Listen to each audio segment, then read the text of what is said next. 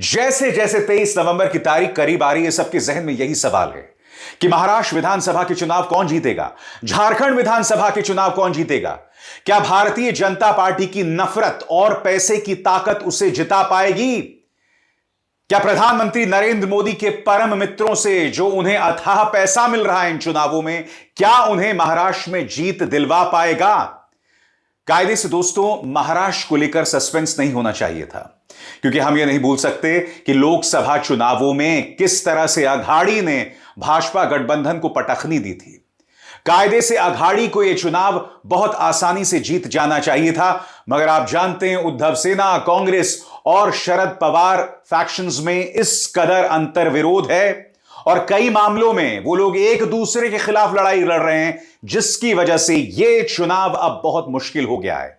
कम से कम भविष्यवाणी को लेकर कोई भी भविष्यवाणी नहीं कर सकता कि चुनाव कौन जीतने वाला है, मगर कुछ मुद्दों पर जरूर हमें गौर करने की जरूरत है।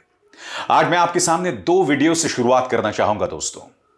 सबसे पहला वीडियो यहां पर अजीत पवार का है। अजीत पवार यहां पत्रकार श्रीनिवासन जैन को इंटरव्यू दे रहे हैं और यहां पर उन्होंने बहुत बड़ी बात कही है। यहां पर वो कह रहे हैं कि 2019 में एक बैठक हुई थी जिसमें अमित शाह थे, शरद पवार थे, अजीत पवार थे, देवेंद्र फडणवीस थे और गौतम अडानी थे। इस बैठक में क्या हुआ वो एक अलग मुद्दा है, क्योंकि इसके जरिए वो ये कहने की कोशिश कर रहे थे कि बीजेपी और एनसीपी एक साथ आने वाले थे। उनका यह भी कहना कि शरद पवार इस बैठक में, मगर बड़ा सवाल यहां पर यह कि गौतम अडानी तो राजनीतिक व्यक्ति नहीं है ना, फिर वो बीजेपी और एनसीपी की बैठक में क्या कर रहे थे? और इस बैठक के बारे में कोई और नहीं, भाजपा गठबंधन में शामिल अजीत पवार बता रहे हैं, जिससे पता चलता है दोस्तों कि आखिर क्यों कई जानकार ये कह रहे हैं कि भाजपा ये चुनाव जीतना चाहती है गौतम अडानी के लिए। सुनिए अजीत पवार क्या कह रहे हैं, मैं फिर उसकी चर्चा करता हूं। आपको मालूम नहीं है, मुझे अभी इसको 5 साल हुए हैं, सबको मालूम है कहाँ मीटिंग हुई। शरद पवार जी के नॉलेज में सबके साथ हुआ था। आपको जैन साहब को वापस बताता हूँ, अमित शाह थे, गौतम अडानी थे, प्रफुल्ल पटेल थे, देवेंद्र फडणवीस थे, अजीत पवार थे, पवार साहब थे, सब थे। दो खबरें एक साथ सुनिए। पहली खबर, बड़ा खुलासा अजीत पवार ने किया है कि जब 2019 में अमित शाह चुनी हुई महाराष्ट्र की सरकार को गिरा रहे थे, तब उस मीटिंग में गौतम अडानी भी मौजूद थे। अब दूसरी खबर सुनिए। आईएनएस ने एक अपने फर्जी पोल में फर्जी सर्वे किया उन्होंने चुनाव पर, और उसमें अजीत पवार गुट को मुंबई में 5 सीटें जिता दी, लेकिन असलियत यह है कि वो लड़ सिर्फ 3 ही रहे। अब आगे सुनिए। आईएनएस के मालिक वही गौतम अडानी है जो सरकार गिराने वाली मीटिंग में शामिल थे, और दूसरी बड़ी बात, ये वही गौतम अडानी है जिनको लाखों करोड़ों रुपए की मुंबई की जमीन कौड़ियों के दाम पर फडणवीस और शिंदे की बीजेपी सरकार ने दी है। सूचना समाप्त हुई, खेल आशा करती हूं आप समझ गए हो। दोस्तों, आप ये पूरा इंटरव्यू न्यूज लॉन्ड्री के यूट्यूब चैनल, उनके वेबसाइट पर जाकर देख सकते हैं, जिसमें श्रीनिवासन जैन ने अजीत पवार से बात की है। मगर एक बार फिर वही सवाल, गौतम अडानी, वो सवाल जो अब रहस्य भी नहीं है दोस्तों, जिस पर कोई पर्दा भी नहीं है, क्योंकि अजीत पवार ने अब एक्सपोज कर दिया है कि गौतम अडानी अब भाजपा की राजनीति में सीधे तौर पर भाग लेते हैं। क्या यही वजह है कि मुंबई एयरपोर्ट का जिम्मा उन्हें दे दिया जाता है? क्या यही वजह है कि धारावी स्लम्स की जिम्मेदारी, उसके पुनर्विकास की जिम्मेदारी गौतम अडानी को दे दी जाती है? क्या यही वजह है कि जब माधवी बुच, सेबी प्रमुख माधवी बुच के ताल्लुकात गौतम अडानी से सामने उभर कर आते हैं तो उसकी जांच तक नहीं कराई जाती? और इसका विरोध भारतीय जनता पार्टी के नेता करते हैं, मसलन निशिकांत दुबे, जिन्होंने बाकायदा लोकसभा अध्यक्ष को खत लिखकर कहा था कि अगर माधवी बुच को संसदीय समिति के सामने बुलाया जाएगा तो देश की अर्थव्यवस्था को नुकसान पहुंचेगा। यह क्या मजाक हो रहा है दोस्तों? और हमें यह समझना पड़ेगा, एक तरफ गौतम अडानी के भारतीय जनता पार्टी की राजनीति में सीधे दखल का यह साफ तौर पर सबूत दिखाई दे रहा है, दूसरी तरफ राजनीतिक गलियारों में इस बात को लेकर सुगबुगाहट है कि एक बड़े उद्योगपति ने करीब 3400 करोड़ रुपए दिए हैं भारतीय जनता पार्टी को। इस बात की तस्दीक वरिष्ठ पत्रकार अशोक वानखेड़े ने अपने कार्यक्रम में की है और आज मेरी उनसे बातचीत हुई। उन्होंने इस बात की तस्दीक की कि इन चुनावों में पैसे का जबरदस्त खिला हो रहा है। अब जिस उद्योगपति ने 3400 करोड़ रुपए दिए हैं उनका नाम मैं नहीं ले सकता। मैं जानता हूं वो उद्योगपति कौन है। आप जानते हैं कि सिर्फ एक ही उद्योगपति है जो भाजपा के साथ इतना सहज है, मगर मैं उनका नाम नहीं लूंगा। अशोक वानखेड़े से आप पूछ सकते हैं, उन्हें भी पता है वो नाम कौन है। मगर मैं आपसे एक सवाल पूछना चाहता हूं। एक तरफ 3400 करोड़ रुपए चुनावों में इस तरह से तैर रहे हैं जिसका सीधा फायदा भाजपा को है, मगर दूसरी तरफ पूर्व मुख्यमंत्री उद्धव ठाकरे जो हैं, जब वो एक रैली के लिए आते हैं तो उनके हेलीकॉप्टर, उनके बैग्स की जांच चुनाव आयोग करता है। सीधा सवाल, क्या भाजपा के नेताओं के बैग्स की जांच इस तरह से चुनाव आयोग करेगा? अमित शाह, प्रधानमंत्री नरेंद्र मोदी, आपको याद होगा 2019 के लोकसभा चुनावों में एक नौकरशाह ने प्रधानमंत्री नरेंद्र मोदी के हेलीकॉप्टर की जांच कर ली थी। उसे साफ कर दिया गया था, हटा दिया गया था। यह मत सोचिएगा कि साफ से क्या मतलब है, मगर उन्हें इधर उधर कर दिया गया था। मैं आपको वीडियो दिखाना चाहता हूं एक पूर्व मुख्यमंत्री के बैग्स की किस तरह से जांच की जा रही है, और सुनिएगा क्योंकि यह वीडियो किसी और ने नहीं, स्वयं उद्धव ठाकरे ने बनाया है। सुनिए वो किस तरह के ताने चुनाव आयोग के अधिकारियों को दे रहे हैं। सुनिए। काय नाव तुमचं? माझं अमोल गाठे नाव आहे साहेब. कुठे राहणार आहे? मी मूळचा अमरावतीचा. अमरावतीचा. जी सर. ठीक आहे. आणि वलीचा असेल. कोणाकोणाच्या तरुण बॅग तपासले? आता जस्ट नाही माझी तपासता बरोबर आहे. माझ्या आधी कोणाची तपासली? पहिलाच दौरा तुमचा कोण हो? माझा पहिला आहे, पण माझ्या आधी कोणत्या राजकीय नेत्याची तपासले? नाही साहेब, 4 महिने झाले मला सेवा. 4 महिन्यात एकाची नाही तपासली. मीच पहिला गिराईक सापडलो. नाही साहेब, असं काही नाही. तुमची बॅग नाही माझी तपासा तुम्ही, मी तपासायला अडवत नाही तुम्हाला, साहेब. पण माझी एक बॅग तपासताना तुम्ही आतापर्यंत बिंद्याची तपासली का? देवेंद्र फडणवीसची तपासली का? अजित पवारची, मोदींची तपासली का? अमित शहाची तपासली? साहेब अद्याप नाही अद्याप आले नाहीत. नाही आले तर मला तपासलीचा व्हिडिओ पाठवायचा. हो साहेब, नक्की. ठीक आहे. नक्की साहेब. हा तुमच्या सगळ्यांचं मी करतोय. मोदींची बॅग तपासतानाचा मला तुमचा व्हिडिओ आला पाहिजे. हो साहेब. हा तिकडे तुम्ही शेपूट नाही घालायची. हा व्हिडिओ मी रिलीज करतोय. ठीक आहे, तपासा बॅग माझी. Bag recovery. धन्यवाद साहेब. माझा युरिन पॉट पण तपासा जरा बाजूला. ए बीच में मत आओ.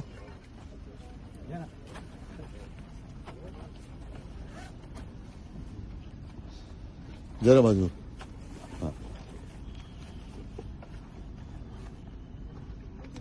उघडा ना. आता बॅग उघडली तर हे पण उघडायला काय उघडायचं ते उघडा, नंतर मी उघडतो तुम्हाला. आता उद्या नागपूरला दिसणार का तुम्ही? नागपूरला येतात ते साहेब. माझी ड्युटी नाही, तुमची ड्युटी मर्यादित आहे. हो.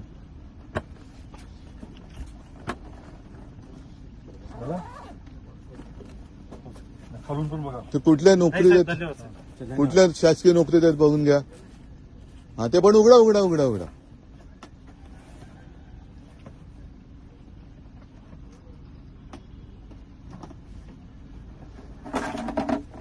काय पाहिजे असेल तर घ्या. तुम्हाला पण ताण लागली असेल, पण तुम्ही पण माणसं आहात. फ्युएलची टाकी वगैरे काय?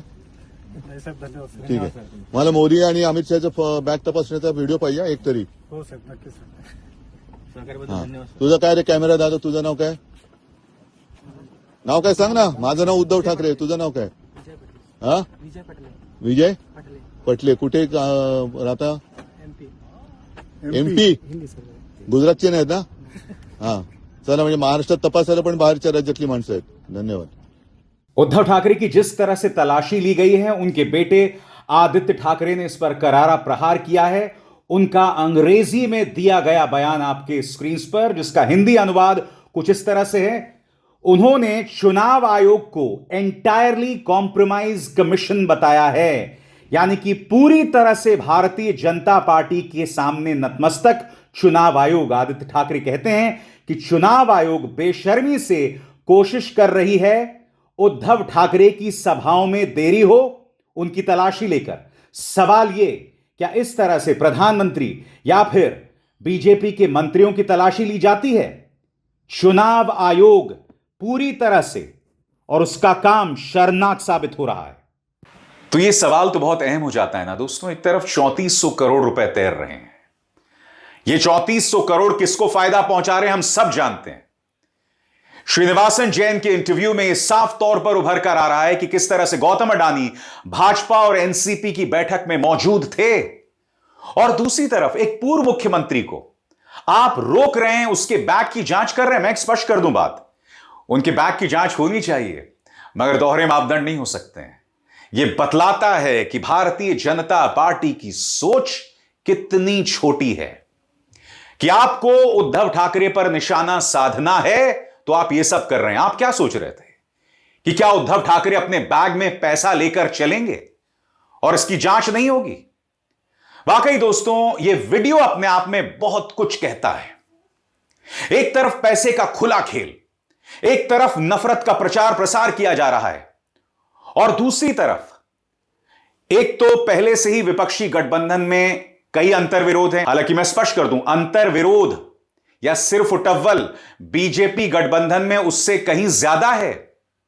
मगर मैं आपको बतला रहा हूं कि महाराष्ट्र और झारखंड के चुनाव इंडिया गठबंधन के लिए कितने मुश्किल हैं। वो चुनाव जिनमें इनका जीतना लगभग तय था, अब वो चुनाव मुश्किल हो गए हैं। क्यों? क्योंकि पैसे का खेल बाबू भैया। जब 3400 करोड़ चुनावों में तैर रहे हों और उन पर कोई अंकुश ना हो तो स्वाभाविक सी बात है दोस्तों, चुनावों की निष्पक्षता पर सवाल उठता है। और सबसे बड़ी बात, भाजपा की नफरत का खेल। यह नफरत का खेल सभी तरफ चलाया जा रहा है। महाराष्ट्र में बटेंगे तो कटेंगे का नारा लगाया जा रहा है, जबकि आप जानते हैं खुद अजीत पवार ने इस नारे का विरोध किया था। वो पत्रकारों से रूबरू हुए थे कि इस तरह के नारे यहां काम नहीं करते हैं। उन्होंने क्या कहा कुछ देर बाद, मगर मैं आपको सुनाना चाहता हूं। रितेश देशमुख, मराठी सिनेमा और हिंदी सिनेमा के अभिनेता, स्टार, वो अपने भाई की कैंपेनिंग के लिए आए हैं और वो बता रहे हैं कि धर्म खतरे में नहीं है। मैं आपको बतलाना चाहता हूं दोस्तों कि उन्होंने क्या कहा। उनके एक एक शब्द पर गौर कीजिएगा। वो कहते हैं, जो लोग कह रहे हैं कि धर्म खतरे में है, दरअसल वो धर्म से प्रार्थना कर रहे हैं कि हमारी पार्टी खतरे में है, हमें बचाओ। हमारा धर्म प्रिय है और हर व्यक्ति को अपना धर्म प्रिय होना ही चाहिए। उनसे कहिए कि धर्म हम देख लेंगे, आप हमारे काम के बारे में बताइए, हमारी फसल के बारे में बताइए और हमारी मां बहनों की सुरक्षा के बारे में बताइए। देखिए किस तरह से धज्जियां उड़ाते हैं रितेश देशमुख भारतीय जनता पार्टी की नफरती राजनीति की। सुनिए वो क्या कह रहे हैं। प्रत्येक पक्ष म्हणतो धर्म धोक्यात आहे की धर्माला वाचवा, धर्म बचाव। अहो, आमचा धर्म आहे, आमचा धर्म प्रिय आहे। प्रत्येक व्यक्तीला आपला धर्म प्रिय असलाच पाहिजे। जे लोक म्हणतात तुम्हाला की धर्म बचाओ, जो पक्ष म्हणतोय तुम्हाला की धर्म बचाओ, धर्म धोके में है, खरं म्हणजे ते धर्माला प्रार्थना करतायत की आमचा पक्ष धोक्यात आहे, तुम्ही आम्हाला वाचवा। काही गरज नाही भूल थापायला, बळी पडायची। त्यांना पहिलं म्हणा धर्माचं आम्ही बघून घेतो, आमच्या कामाचं सांगा तुम्ही। धर्माचं आम्ही बघून घेतो, आमच्या पिका पाण्याला तुम्ही काय भाव देताय ते सांगा। धर्माचं आम्ही बघून घेतो, पण आमच्या आई बहिणी या सुरक्षित आहेत का नाही ते सांगा। दूसरी तरफ भारतीय जनता पार्टी के नेताओं का अहंकार सिर चढ़कर बोल रहा है। सांसद धनंजय महाडिक का बयान आप देख चुके हैं। उन्होंने कहा था, याद है ना आपको उन्होंने क्या कहा था? उन्होंने कहा था कि कांग्रेस के रैलीज में जो महिलाएं आ रही हैं उनकी फोटो खींचिए, क्योंकि एक तरफ तो लाड़की बहन योजना के जरिए आप 1500 भी लेते हैं और दूसरी तरफ आप कांग्रेस की रैलीज में भी जाते हैं। मैं भाजपा के सांसद धनंजय महाडिक से पूछना चाहता हूं, 1500 रुपए देकर क्या आप यह तय करेंगे कि हमारी बहन बेटियां कहां जाएंगी? सिर्फ 1500 रुपए के ऊपर हमारे महाराष्ट्र की बहनें और माताएं बेशकीमती हैं, वो हमारा मान सम्मान स्वाभिमान है, और 1500 रुपए के लिए धनंजय महाडिक ये सब बयान दे रहे हैं। मैं आपको एक और वीडियो दिखाना चाहता हूं दोस्तों। इस वीडियो के बारे में न्यूज 24 क्या कहता है। महाराष्ट्र, फोटो से दूर रखने के लिए बीजेपी नेता और पूर्व केंद्रीय मंत्री राव साहब दानवे ने कार्यकर्ता को मारी लात। जालना विधानसभा सीट से महायुति के उम्मीदवार अर्जुन खोतकर से मिलने गए थे दानवे। ये वीडियो देखिए, फिर मैं उसकी चर्चा करता हूं।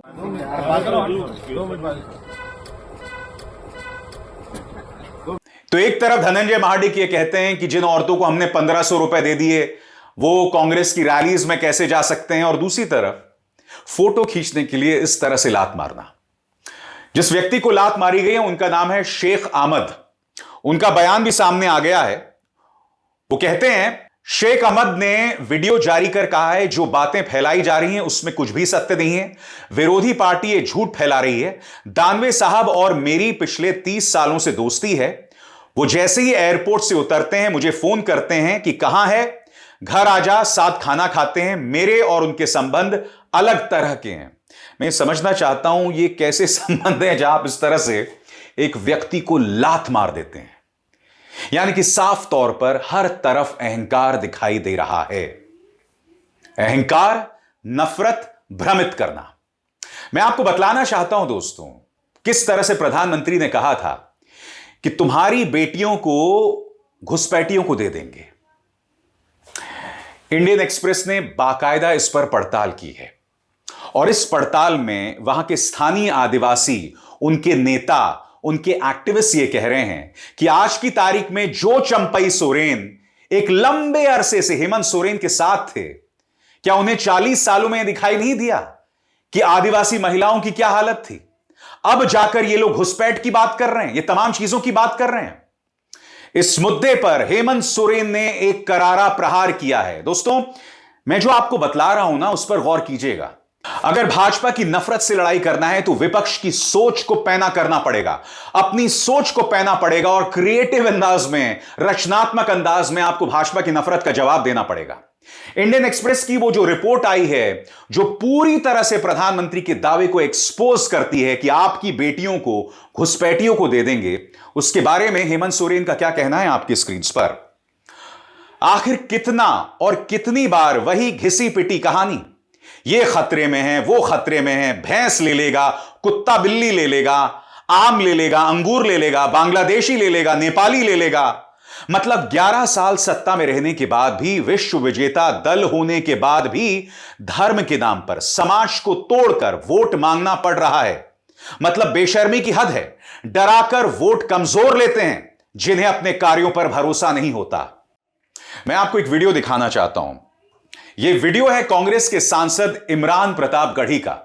आप देखिएगा, इसके अंदर इमरान प्रतापगढ़ी भारत के नक्शे का इस्तेमाल करके बतलाते हैं कि बताइए झारखंड की सीमा किस देश से जुड़ती है, तो आखिर ये घुसपैठिए झारखंड में पहुंचे कैसे। सुनिए इमरान प्रतापगढ़ी कह क्या रहे हैं। इसलिए मैं आपसे कह रहा हूं दोस्तों, इसी तरह से इनको जवाब देना पड़ेगा। सुनिए।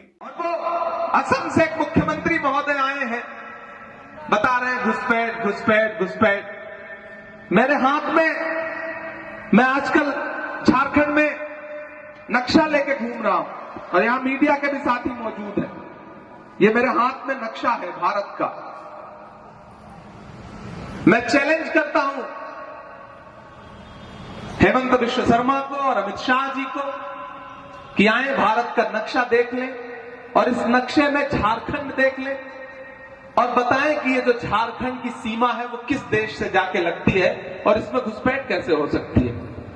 जब किसी देश में दूसरे देश से जाके इसकी सीमा लगती ही नहीं है, तो किसी दूसरे देश से घुसपैठ कैसे हो सकती है। मैं आपको बतलाना चाहता हूं दोस्तों, हेमंत सोरेन ने क्या कहा है। हेमंत सोरेन ने यहां पर एनडीटीवी की खबर का हवाला दिया है। एनडीटीवी की खबर यह कह रही है, बाप रे बात, छठी मैया पर अब लौटें कैसे। यह खतरनाक दृश्य बिहार के मुजफ्फरपुर जंक्शन से आए हैं। सीटें छोड़िए, सांस लेने की भी जगह नहीं है। इस वीडियो में देखिए, जिसका जिक्र एनडीटीवी कर रहा है, छठी मैया से लोग लौट रहे हैं, और देखिए किस खराब हालत में है। और ये सब भारतीय रेलवेज की हालत है दोस्तों। आए दिन एक्सीडेंट्स होते हैं, ट्रेनें पटरी से उतरती हैं, मगर हमारे रेल मिनिस्टर अश्विनी वैष्णव को इन तमाम समस्याओं को देखने का कोई टाइम नहीं है। इस मुद्दे पर क्या तंज कसा है हेमंत सोरेन ने, इस पर गौर कीजिए। हिंदू मुस्लिम पाकिस्तान बांग्लादेश मटन मछली भैंस बेटी चुरा लेंगे से फुर्सत मिलेगी भाजपा को, तब तो वो अपनी जिम्मेदारियों के प्रति सजग होंगे। यहां पर करारा प्रहार किया हेमंत सोरेन ने, और बात सही भी है कि असली मुद्दे ये हैं, जहां जहां सत्ता आपके हाथ में है वहां क्या हालत है हम सब जानते हैं, मगर लोगों का ध्यान भटकाना है किसी भी तरीके से। दोस्तों, आप जानते हैं मैं कभी भी चुनावों की भविष्यवाणी नहीं करता। एक अरसे से कुछ लोग कह रहे थे कि अघाड़ी की लीड है, अब लोग कह रहे हैं कि नहीं, चीजें बदल रही हैं। मेरे हिसाब से इसमें दो राय नहीं है कि अघाड़ी ने कई गलतियां की हैं। उनमें गलतियां क्या हैं? सबसे बड़ी बात, जिस तरह से कांग्रेस के कई नेता उद्धव सेना के खिलाफ बयान देते रहे। मसलन कांग्रेस नेता नाना पटोले, जो खुद मुख्यमंत्री बनना चाहते हैं, उनके करीबी एक लंबे समय से प्रचार चला रहे हैं कि किस तरह से उद्धव ठाकरे ने देवेंद्र फडणवीस से मुलाकात की। मैं आपको बतलाना चाहता हूं, अभी कुछ ही दिनों पहले एक नेता से मेरी बात भी हुई थी। हुआ यह था कि गोदी मीडिया में खबर चल रही थी कि देवेंद्र फडणवीस से उद्धव ठाकरे की मुलाकात हुई है, संजय राउत की अमित शाह से मुलाकात हुई है, और हवाला किसका दिया जा रहा था? कांग्रेस के सोर्सेस का। अब आप बताइए, जब उद्धव सेना और बीजेपी के बीच में मुलाकात हुई है तो किसका हवाला दिया जाना चाहिए? या तो उद्धव सेना का या फिर बीजेपी का। मगर गोदी मीडिया क्या कर रहा था? कांग्रेस के सूत्रों का हवाला दे रहा था। तो जब मैंने इसकी छानबीन की तो खुद नाना पटोले के करीबी एक कांग्रेस नेता ने बताया कि इस तरह की मुलाकात हुई है। मैंने कहा, आपके पास क्या प्रमाण है? तो उन्होंने कहा, कोई प्रमाण नहीं है। इसका अर्थ क्या है? कि कांग्रेस के अंदर कुछ लोग गठबंधन को कमजोर कर रहे हैं। इसका अर्थ यह है कि कांग्रेस के अंदर कुछ नेता हैं, शायद नाना पटोले, जो कहीं ना कहीं उद्धव ठाकरे के खिलाफ काम कर रहे हैं। मैं आपसे एक सवाल पूछना चाहता हूं, दो मिसाल दूंगा मैं आपको, बिहार और महाराष्ट्र। बिहार के अंदर नीतीश कुमार भाजपा से कहीं ज्यादा कमजोर हैं। पिछली बार जब चुनाव हुए थे तो भाजपा को उनसे कहीं ज्यादा सीटें मिली थी। तो क्या इसका मतलब यह है कि भाजपा ने अपना मुख्यमंत्री डाल दिया? नहीं, वो जानते थे कि अगर वो अपने मुख्यमंत्री की बात करेंगे तो नीतीश कुमार लालू के पास चले जाएंगे। तो उन्होंने बुद्धि का इस्तेमाल किया और नीतीश को मुख्यमंत्री बनने दिया। उसी तरह से जब एकनाथ शिंदे उद्धव ठाकरे की यानी कि शिवसेना को तोड़ के भाजपा की गोद में जा बैठे थे, तो भाजपा बेशक एकनाथ शिंदे से ज्यादा ताकतवर थी राजनीतिक तौर पर, फिर भी उन्होंने एकनाथ शिंदे को ही मुख्यमंत्री बनवाया। इसका मतलब क्या है? सत्ता में बने रहने के लिए भाजपा हर संभव कुर्बानी देती है, मगर कांग्रेस के साथ दिक्कत यह है कि सत्ता परात में हो तब भी वो बीजेपी को सौंप देती है। हरियाणा आपके सामने है, इन्होंने सारी जिम्मेदारी भूपेंद्र सिंह हुड्डा को दे दी। वो अपनी मनमानी कर रहे थे, पार्टी में सिर्फ उटव्वल चल रहा था। कुमारी शैलजा पार्टी के हितों के खिलाफ काम कर रही थी, भूपेंद्र हुड्डा का अपना अहंकार चल रहा था। नतीजा आपके सामने है। वो राज्य जो कांग्रेस को जीत जाना चाहिए था, और सोचिए कांग्रेस जीतती तो क्या होता, भारतीय जनता पार्टी के आत्मविश्वास पर ऐसा करारा आघात पड़ता कि उसके लिए उबर पाना बहुत मुश्किल होता। अब यहां पर भी आप जानते हैं कि जहां तक चेहरों की हम बात करें तो उद्धव ठाकरे का चेहरा सबसे ज्यादा चर्चित था। कायदे से अघाड़ी को उनके चेहरे पर ही चुनाव लड़ना चाहिए था। मगर इस वक्त कांग्रेस के अंदर कई नेता हैं जो उद्धव सेना के खिलाफ काम कर रहे हैं। उधर शरद पवार की भूमिका को लेकर भी कई शक व शुबा हैं। इसीलिए ध्यान से सुनिएगा, अगर 23 नवंबर को अघाड़ी को अपने दम पर भी बहुमत मिल जाता है ना, तो जरूरी नहीं कि उनकी सरकार बनने वाली है। राजनीति में इस कदर अनिश्चितता है, और इन तमाम पहलुओं की जानकारी मैं आप तक पहुंचाता रहूंगा। सबसे बड़ी बात, आप में से जो अक्सर लोग कहते हैं कि मैं भारतीय जनता पार्टी के खिलाफ क्यों बोलता हूं, इस कार्यक्रम में ही नहीं, अन्य राजनीतिक कार्यक्रम में विपक्ष में जो कमियां होती हैं मैं हमेशा उसे उजागर करता हूं। नंबर 1, नंबर 2, जब मेरे सम्मानित प्रधानमंत्री मंच पर खड़े होकर नफरत का प्रचार प्रसार करते हैं तो क्या मैं उस पर तालियां बजाऊं? क्या मैं उसकी तारीफ करूं? जब एक पॉलिटिकल पार्टी यानी बीजेपी रोज मेरे समाज के युवाओं, बच्चों की नसों में नफरत भर रहे हैं, जब वो एजेंसीज और मीडिया के सहारे अपने विरोधियों पर निशाना साध रहे हैं, जब उनके राज में उनके आलोचकों को जेल में डाल दिया जाता है और फिर उनकी रिहाई की कोई गुंजाइश नहीं होती, तो आप मुझसे क्या उम्मीद करते हैं? मैं वो सवाल नहीं उठाऊंगा। सबसे बड़ी बात, भाजपा और कांग्रेस, भाजपा और विपक्ष, दोनों में कोई बराबरी नहीं है, दोनों में कोई बराबरी नहीं हो सकती। इसीलिए जो गलत करेगा, जो नफरत के सहारे राजनीति करेगा, अभिसार शर्मा उसके खिलाफ पूरी बुलंदी के साथ खड़ा होगा। इस बात को गांठ बांधकर रख लीजिए, क्योंकि सवाल तो पूछा जाएगा, जवाब मांगा जाएगा। अभिसार शर्मा को दीजिए इजाजत। नमस्कार। स्वतंत्र और आजाद पत्रकारिता का समर्थन कीजिए, सच में मेरा साथी बनिए। बहुत आसान है दोस्तों, इस ज्वाइन बटन को दबाइए और आपके सामने आएंगे ये 3 विकल्प, इनमें से एक चुनिए और सच के इस सफर में मेरा साथी बनिए।